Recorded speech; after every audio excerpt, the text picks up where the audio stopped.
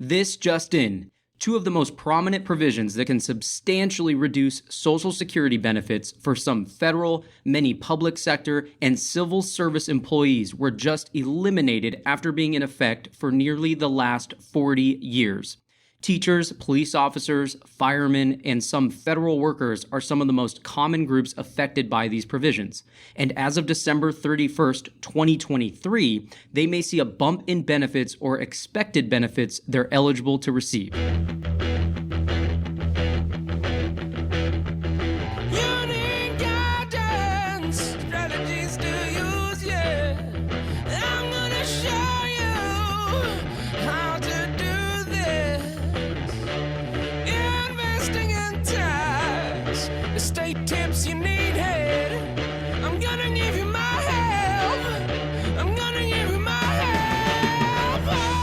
Hello and welcome to the Retired-ish podcast, where we discuss topics and strategies to help you save taxes, simplify investing, and create a fruitful retirement income stream. I have some breaking news for you today. It's a new year, and already we have new retirement laws effective that will affect many retirees across the United States. Just recently, in the first week of 2025, President Biden signed into law the Social Security Fairness Act, which has put an end to two provisions that reduce Social Security benefits for some federal and other public service workers. These provisions have been argued for decades, and we are finally seeing some changes. These two provisions were known as the Windfall Elimination Provision, or WEP for short, and the Government Pension Offset, or GPO. We actually had a great listener question some episodes back where I discussed how each of these worked and how they might affect you. So I'll be sure to add a link to that episode in the show notes of today's episode, so be sure to check that out. Again, these provisions don't affect everyone, just those who have held longer-term careers in public and government sectors where they did not pay into Social Security, but may have paid in from private sector jobs before or after the fact. Essentially, the WEP affects those individuals who are actually receiving a public or government pension benefit and have had any potential Social Security benefits of theirs reduced or eliminated. And if you weren't already receiving a benefit, once you became eligible for Social Security, once you decided to take it, you are likely to be affected by that provision. And the GPO affects spouses and surviving spouses who have a public or government pension benefit, but their current spouse or deceased spouse had a Social Security benefit. And therefore, any potential Social Security benefit to be paid to the non-Social Security spouse was reduced or eliminated. These two provisions have consistently been touted as unfair penalties that have historically reduced Social Security benefits for public service workers, such as police officers, teachers, firemen, etc. I'm all for benefits for our civil servants. They deserve to be taken care of for what they do for our communities. So I personally think this is a great thing.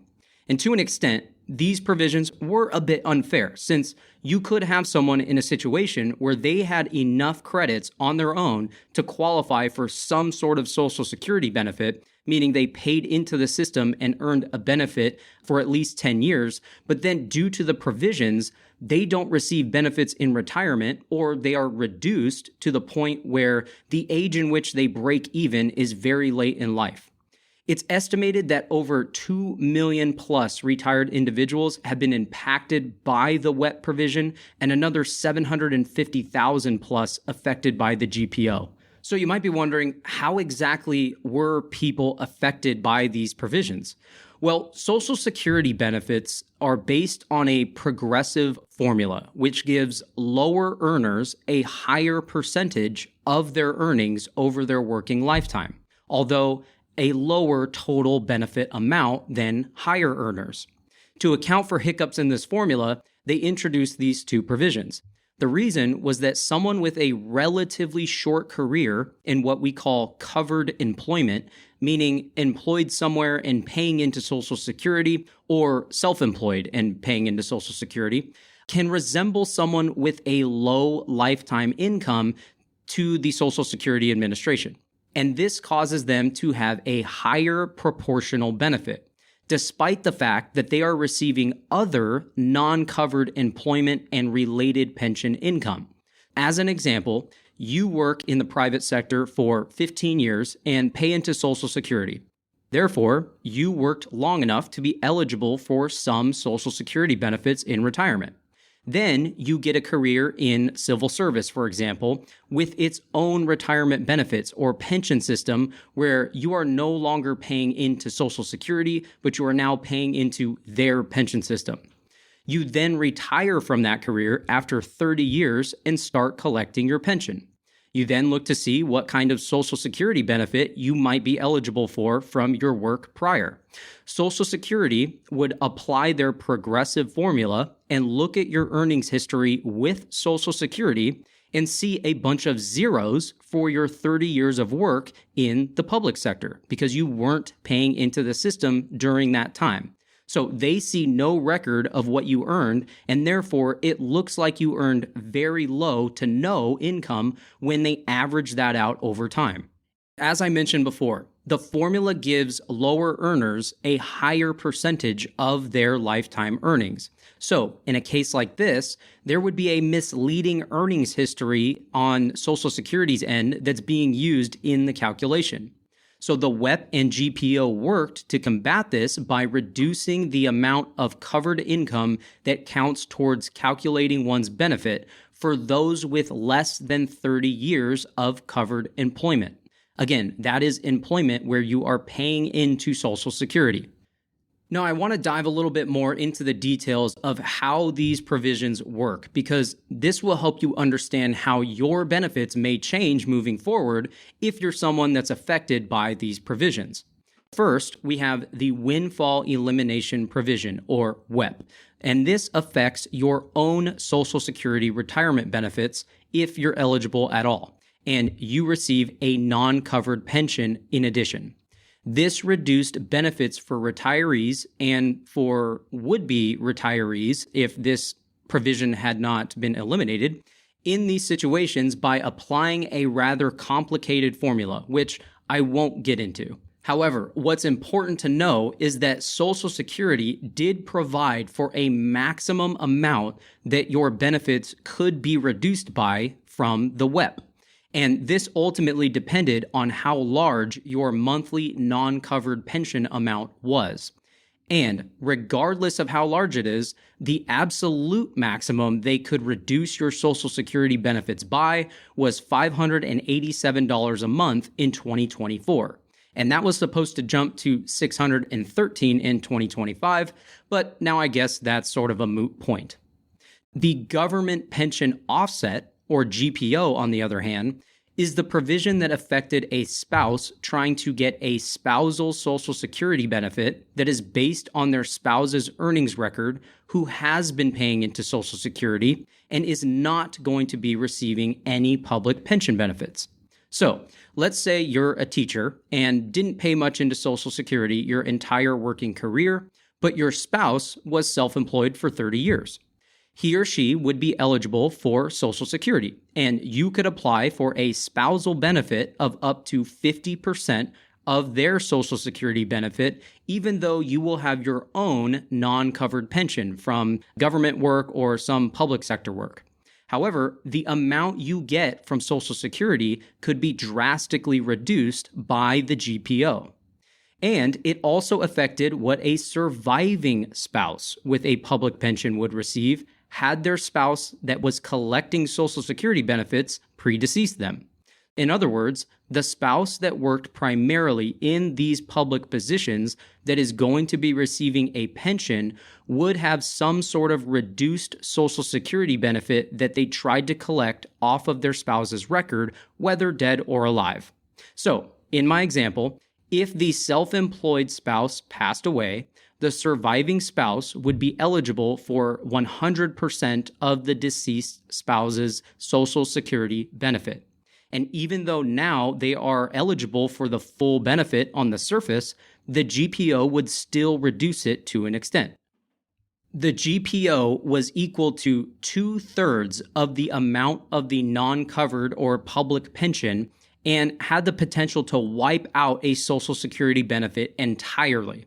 So to try and illustrate this, if our teacher had a $1,000 a month public pension and the spouse had an $1,800 a month Social Security benefit, our teacher could apply for 50% of those benefits, so $900 a month. However, once we account for the GPO, that $900 a month would be reduced by $667, leaving a $233 a month spousal benefit. Why? Because 2/3 of the $1,000 a month pension is $667 a month. So we reduce the spousal benefit by that amount, leaving us with $233 a month. Now, let's imagine the teacher's pension is $1,600 a month instead. 2/3 of this is over $1,000 a month, meaning it would completely wipe out the potential $900 spousal benefit. Essentially, these provisions weighed most significantly on those who held public sector jobs that provided for low wages or a very small pension, and those with smaller public pensions who were left widowed by a spouse that received or would have received a low Social Security benefit. But even those with very large non-covered pensions, like many firefighters I know, have been affected as well, but didn't feel the sting as much since they have a higher income due to their larger pension. It more so just pisses them off. Okay, so with these new changes, how much more in potential benefits are we looking at here? Well, first and foremost, you have to actually be in a situation in which you or your spouse are covered by a non-covered pension. That's requirement number one. And number two, as you've just learned, it will be dependent upon how large your non-covered pension is. The Congressional Budget Office estimated in September of 2024 that eliminating the WEP could increase monthly benefits to affected Social Security recipients by an average of around $360 per month by December 2025. However, this is just an average. Yours may be more or less, of course. And getting rid of the GPO could increase monthly benefits in December 2025 by an average of $700 per month for recipients receiving benefits based on living spouses. The increase would amount to an average of $1,190 a month for the estimated amount of surviving spouses currently getting a widow or widower benefit or Social Security survivor benefit. Now, these figures that they've estimated do make intuitive sense, since the effects of the GPO can be much greater than the max WEP of $587 a month. Remember, that's because the GPO is 2/3 of your pension amount, which can be quite large in some cases. And the benefits lost by a surviving spouse can be greater than a living spouse, since the spousal Social Security benefit while they're alive is limited to 50%, and the survivor benefit is 100% of what the deceased spouse was or could have received. So for your particular situation, it will require a little bit of math. But for those who had the max WEP of $587 a month being held back, you might expect to see your benefits jump by a similar amount moving forward. And those affected by the GPO may see even more substantial jumps based on the size of their non-covered pension. Time will tell. All that being said, the other good news is that if you aren't retired yet, but are in this type of situation, you now don't have to worry about any of those provisions anymore, and you can expect more retirement income than you otherwise would have received. So if you are gearing up for retirement and you've been doing some financial planning, it's time to go back to the drawing board. Now for some more good news. One of the most interesting pieces of this new legislation is that they are planning to pay certain affected beneficiaries back pay for every month in 2024 that they were entitled to benefits. This is true even though the law was technically passed just recently in the year 2025. This back pay is apparently expected to be paid in a lump sum, but as far as when you can expect those payments is still to be determined. These lump sum payments can be a good thing, but can also present some tax issues people won't realize until tax filing next year in 2026. Speaking of taxes, Let's quickly review some of the potential tax implications of all of this. According to the Congressional Budget Office, this law would add an estimated $195 billion to the federal deficit over the next decade. Now, this is the ugly side of this. It seems like in recent news, we were hoping that the new administration would make Social Security completely tax-free. But the biggest issue with that is how expensive it would be. A change like that would drain the Social Security Trust even faster, which means more Social Security taxes down the road for the working class. Now, add that to the fact that these provisions have now gone away, things just get really expensive and will have to be made up for elsewhere. We can't lose sight of that. In my opinion, tax-free Social Security looks unlikely, but hey, it could happen. There are plenty of other ways they can reduce taxation of benefits without making them completely tax-free for all, such as adjusting the provisional income brackets for the last few decades of inflation. These provisional income brackets are what determines how much of your benefits get taxed when you do your tax return. But anyways, I digress. On a personal level, though, be mindful of any lump sum payments you might receive for 2024 if eligible.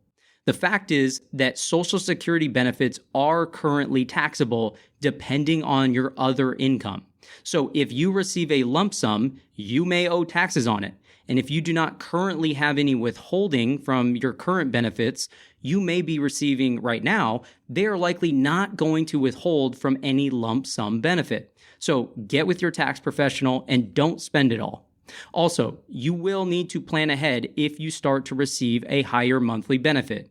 A higher benefit could change your tax situations in many ways. So again, it is wise to consult your tax professional if this is your particular situation. If you don't address it, again, you may be in for a big surprise come tax time. And last but not least, what do you need to do to receive these additional benefits?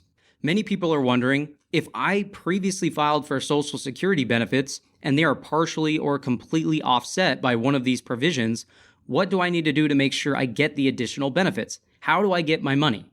Well, the Social Security website as of January 7th, 2025 states, at this time, you do not need to take any action except to verify that we have your current mailing address and direct deposit information if it has recently changed.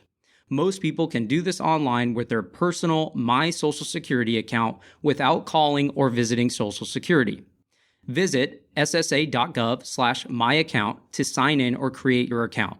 We will provide ongoing updates regarding implementation on this page. So, no, as of right now, you don't need to call the administration and wait on hold for hours or make an in-person appointment. Just make sure your basic info is up to date.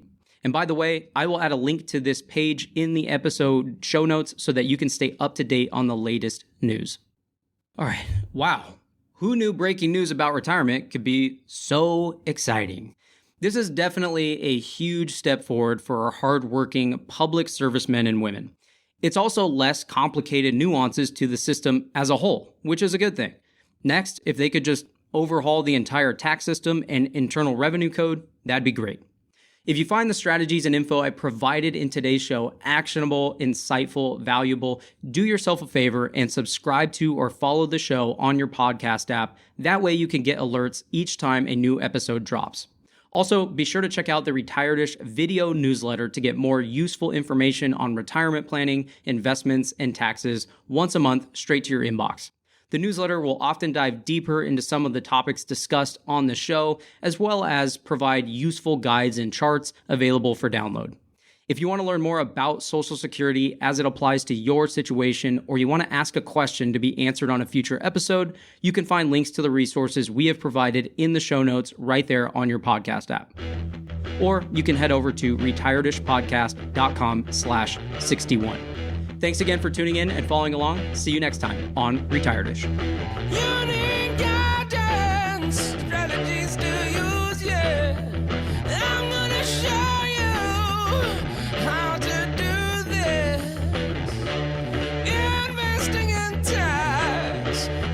Tips you need help.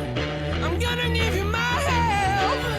I'm gonna give you my help. Security Securities and advisory services are offered through LPL Financial, a registered investment advisor, member FINRA SIPC. This information is not intended to be a substitute for specific individualized tax advice. We suggest that you discuss your specific tax issues with a qualified tax advisor.